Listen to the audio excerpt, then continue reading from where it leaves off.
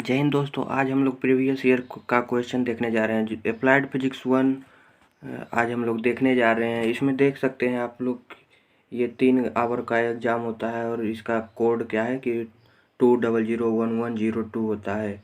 ये total 70 marks का होता है और इसमें पासिंग मार्क्स 28 होता है। अब चलिए इसका इंस्ट्रक्शन पढ़ लेते हैं। Answer all 20 question from group A, each question carries 1 marks. Answer all 5 question from group B, each question carries 4 marks. Answer all 5 question from group C, each question carries 6 marks. चलिए तो अब आगे पढ़ लेते हैं क्या कहते हैं। All parts of a question must be answered at one place in sequence, otherwise they may not be evaluated. अगर आप हिंदी में पढ़ना चाहते हैं तो एक प्रश्न के सभी अंशों का उत्तर एक ही जगह पर होना चाहिए, अन्यथा वे जांचे नहीं जा सकते हैं।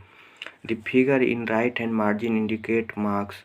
चलिए तो अब हम लोग ऑब्जेक्टिव क्वेश्चन देखते हैं। अप्लाइड फिजिक्स 1 का पैटर्न होता है कि 20 ऑब्जेक्टिव क्वेश्चन पूछा जाता है, जो कि प्रत्येक एक मार्क्स का होता है। 20 × 1 20 मार्क्स। और फिर सब्जेक्टिव क्वेश्चन में 5 क्वेश्चन रहता है, 2 4 नंबर का, तो 5 चौके 20, यानी 20 40 मार्क्स। और 30 मार्क्स का 6 नंबर का क्वेश्चन 5 क्वेश्चन आता है। तो चलिए हम सब ऑब्जेक्टिव क्वेश्चन देख लेते हैं। तो देखिए यहाँ पे क्या बोला गया है, choose the most suitable answer from the following options. तो इसमें जो भी मोस्ट सुटेबल ऑप्शन होगा उसी को चूज करना है। तो चलिए आगे देखते हैं। यूनिट ऑफ इनर्शिया क्या होता है? तो इनर्शिया का यूनिट केजी होता है। हिंदी में भी आप पढ़ सकते हैं, जड़ता की इकाई केजी होता है। तो चलिए अगला क्वेश्चन देखते हैं। डायमेंशन ऑफ कांस्टेंट टर्म का डायमेंशन क्या होता है? तो कांस्टेंट पर कुछ भी नहीं होता है, कांस्टेंट का डायमेंशन कुछ भी नहीं होता, इसलिए यहाँ पे हो जाएगा m0 l0 t0। ठीक है, तो आगे बढ़ते हैं। वेक्टर क्वांटिटी किसको कहते हैं? जिसमें मैग्नीट्यूड होता है, जिसमें डायरेक्शन होता है, तो इसमें ऑप्शन सी देखिए कि इसमें दोनों दिया गया है, magnitude as well as direction both. तो ऑप्शन नंबर सी जो हो जाएगा करेक्ट हो जाएगा। तो चलिए अगला क्वेश्चन देखते हैं। इसको आप हिंदी में भी पढ़ सकते हैं। Definition of force comes out from बल की परिभाषा कहाँ से मिलती है? बल की परिभाषा फर्स्ट लॉ ऑफ मोशन से मिलती है। आप हिंदी में भी पढ़ सकते हैं।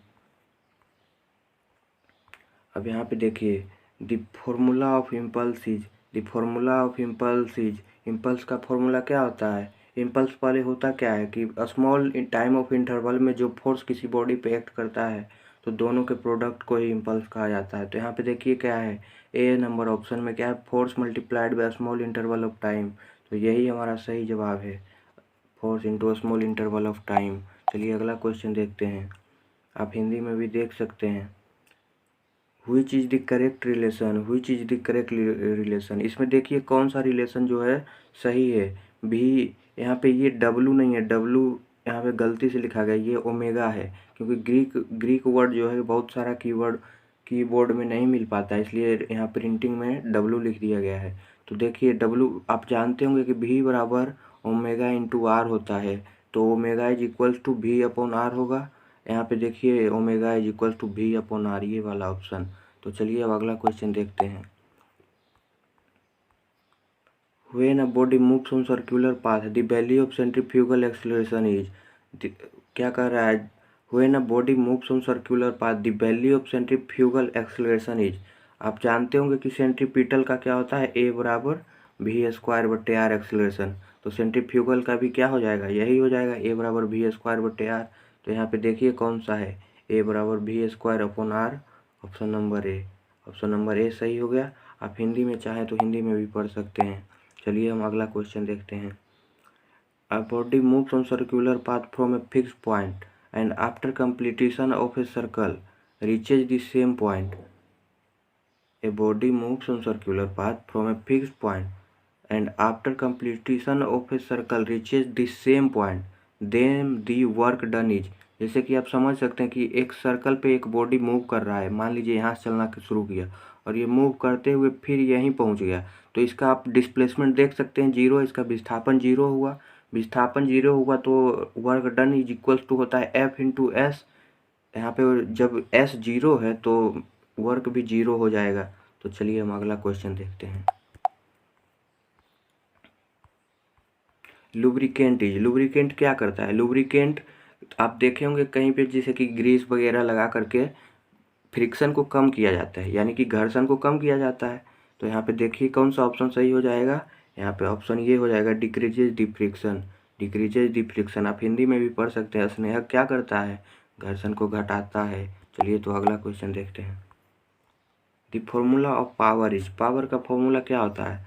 तो आप लोग पावर का फॉर्मूला पढ़े होंगे, पावर का फॉर्मूला आप लोग पढ़े होंगे, P is equals to W/T। W/T पढ़े हैं, जबकि W को हम लिख सकते हैं F इंटू S/T, लिख सकते हैं ना दोस्तों। तो ठीक है, यहाँ पे हम फिर F इंटू ऐसे कर सकते हैं S/T, और आप लोग जानते होंगे कि S/T बराबर क्या होता है? V, यानी कि P बराबर F इंटू V, यानी क्या हो गया? Power is equals to force into velocity. तो यहाँ पे ऑप्शन कौन सा सही है? Option number A, force into velocity. तो चलिए अगला क्वेश्चन देखते हैं। शक्ति का सूत्र है, तो कौन सा सूत्र है यहाँ पे? शक्ति का बल गुने वेग, यही होता है। इंस्टेंट पावर भी होता है। चलिए अब अगला क्वेश्चन देखते हैं। A body of mass m moving with the velocity v, the kinetic energy of the body. इसका तो सीधा सीधा फॉर्मूला होता है KE बराबर हाफ mv²। KE बराबर half mv², where m mass v velocity of body. तो यहाँ पे कौन सा ऑप्शन सही हो जाएगा? C, option C is right. चलिए अब अगला क्वेश्चन देखते हैं। आप हिंदी में भी पढ़ सकते हैं, इसमें कोई दिक्कत नहीं है। In absence of external cause the total energy of the system is, यानी कि बल की अनुपस्थिति में total energy of the system is, system का टोटल एनर्जी क्या होगा? तो सिस्टम का टोटल एनर्जी कांस्टेंट होगा हमेशा, ये तो आप जानते होंगे एनर्जी कंजर्वेशन। तो यहाँ पे कांस्टेंट मतलब कि अचर हो जाएगा। चलिए अब अगला क्वेश्चन देखते हैं। आप हिंदी में भी पढ़ सकते हैं, कोई दिक्कत नहीं है। यहाँ पे देखिए अगला क्वेश्चन क्या कह रहा है। टॉर्क टाउ इज क्या होगा? Where P is equals to momentum, F is equals to force. तो आप जानते होंगे कि टाउ इज इक्वल्स टू होता है R cross product of F, ये होता है। तो इसमें देखिए कौन सा ऑप्शन सही होगा? Option number B, tau is equals to R cross F। तो चलिए अगला क्वेश्चन देखते हैं। Moment of inertia of a ring about an axis passing through its centre and perpendicular to its plane is, मतलब कि एक रिंग है जिसके कि के सेंटर से परपेंडिकुलरली पास कर रहा है प्लेन के परपेंडिकुलरली। तो इसका क्या हो जाएगा? सेंटर ऑफ ये मोमेंट ऑफ इनर्शिया। तो इसका मोमेंट ऑफ इनर्शिया हो जाएगा mr²। इसका हो जाएगा मोमेंट ऑफ इनर्शिया। चलिए अगला क्वेश्चन देखते हैं। आप हिंदी में भी पढ़ सकते हैं, कोई इश्यू नहीं है। If the radius of gyration increases, angular velocity of the body is decreases. If the radius of gyration increases, the angular velocity of the free revolving system is decreases. आप देख सकते हैं यदि किसी स्वतंत्र घूर्णन निकाय की घूर्णन त्रिज्या बढ़ जाती है तो इसकी घूर्णन गति घट जाती है। चलिए अब अगला क्वेश्चन देखते हैं। स्ट्रेन क्या होता है? स्ट्रेन होता है चेंज इन लेंथ पर यूनिट ओरिजिनल लेंथ, ये भी होता है। उसके बाद ये भी होता है change in volume per unit original volume. तो यहाँ पे दोनों ऑप्शन सही है, इसलिए option number C, A and B both. चलिए अब अगला क्वेश्चन देखते हैं। आप हिंदी में भी पढ़ सकते हैं। प्रेशर क्या होता है? प्रेशर होता है फोर्स पर यूनिट एरिया। तो यहाँ पे क्या हो जाएगा? फोर्स पर यूनिट एरिया, और इसका यूनिट क्या होता है? न्यूटन प्रति मीटर स्क्वायर। चलिए अब अगला क्वेश्चन देखते हैं।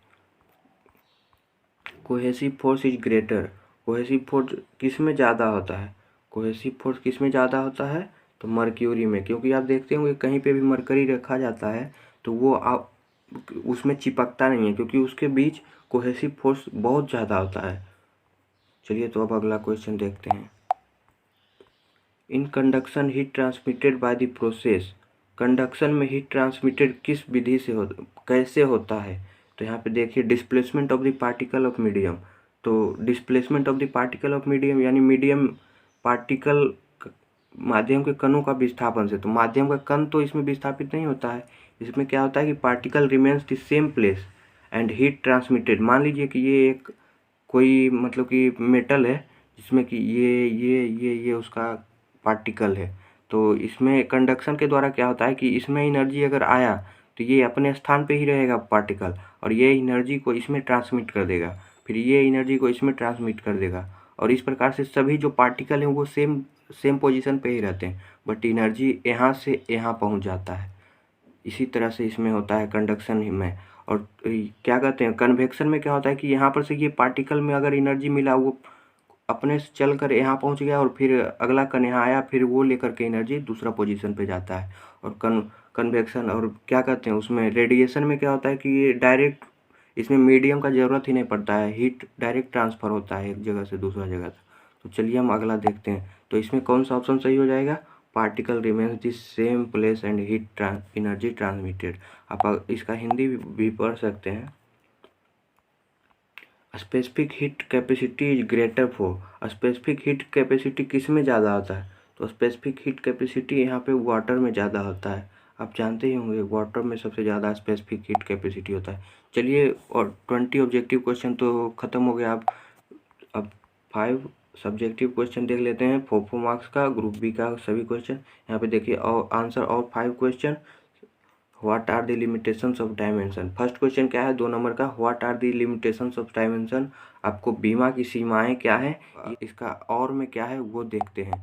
तो इसके और में दिया गया है कि 5 newton is equals to box dyne, find it by dimensional method. तो यहाँ पे क्या होगा, यहाँ पे क्या होगा ये आपको फाइंड करना है डायमेंशनल मेथड से, डायमेंशनल मेथड से आपको फाइंड करना है। तो चलिए अब अगला क्वेश्चन देखते हैं क्या कह रहा है। 3rd नंबर का क्वेश्चन है, define the vector product of 2 vectors and right it's formula. आपको वेक्टर प्रोडक्ट्स ऑफ 2 वेक्टर यानी 2 वेक्टर का वेक्टर प्रोडक्ट डिफाइन करना है और इसका फॉर्मूला लिखना है। तो चलिए अब इसका मतलब आप हिंदी पढ़ सकते हैं।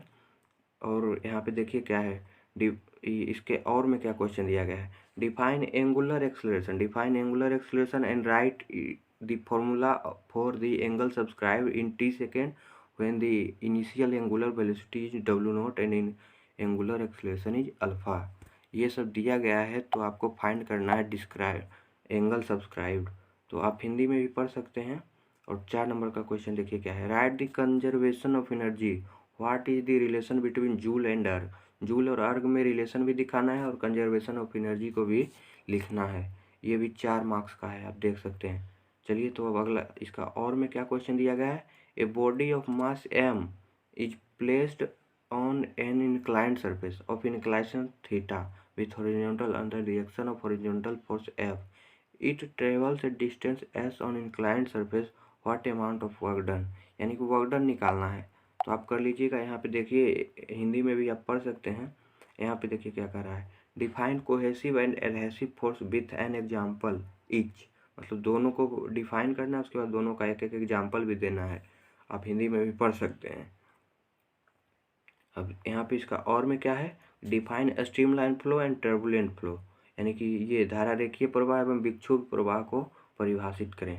अब देखिए 6 नंबर का क्वेश्चन क्या कर रहा है, define pressure, atmospheric pressure, gauge pressure and absolute pressure. ये सब को डिफाइन करना है और 4 मार्क्स ले लेना है। तो चलिए अब अगला क्वेश्चन देखते हैं। इसका और में देखिए क्या है कि what is 14 barometer, right its application. 14 barometer क्या है और इसका जो है एप्लीकेशन लिखना है, कैसे ये कार्य करता है। तो चलिए अगला क्वेश्चन देखते हैं। अब जो है 6 मार्क्स का 5 क्वेश्चन करना है। ग्रुप सी में क्या है, answer all 5 question, answer all 5 question. यहाँ पे 6 मार्क्स का 5 क्वेश्चन होगा तो 30 मार्क्स टोटल हो जाएंगे। तो यहाँ पे क्या है, फर्स्ट क्वेश्चन कह रहा है कि what do you know, what do you know about fundamental units, what are the fundamental units, write the unit of momentum and impulse। आपको ये सब करना है, फंडामेंटल यूनिट क्या होता है ये लिखना है, फिर व्हाट आर दी फंडामेंटल, क्या क्या है फंडामेंटल यूनिट्स उन सभी को लिखना है। फिर यहाँ पे लिखना है कि मोमेंट एंड इम्पल्स का यूनिट क्या होता है। तो चलिए इसका आप हिंदी पढ़ना चाहते हैं तो पढ़ सकते हैं। और इसका और वाला क्वेश्चन देखिए क्या है, What do you know? What do you know about least count? How do you determine the least count of a slide caliper and a screw gauge? तो screw gauge का सब निकालना है। और आप हिंदी में पढ़ना चाहते हैं तो पढ़ सकते हैं, पढ़ लीजिएगा। अब यहाँ पे देखिए define triangle in parallelogram law in vector if A दिया गया है, बी दिया गया है, ए डॉट बी निकालना है। यहाँ पे ध्यान से देखिएगा ए डॉट बी है, ए क्रॉस बी नहीं है, ए डॉट बी है, ये स्केलर प्रोडक्ट आएगा। तो चलिए अब अगला क्वेश्चन देखते हैं। इसका हिंदी में भी आप पढ़ सकते हैं। और में इसके क्या दिया गया है, define angular velocity, angular acceleration and angular momentum, also explain conservation of angular momentum. यहाँ कह रहा है define angular velocity, angular acceleration, angular momentum, conservation of angular momentum, ये आप सब डिफाइन कर लीजिएगा। अब अगला क्वेश्चन देखते हैं। Define friction, write the law of friction, what are the laws and benefit of friction, explain.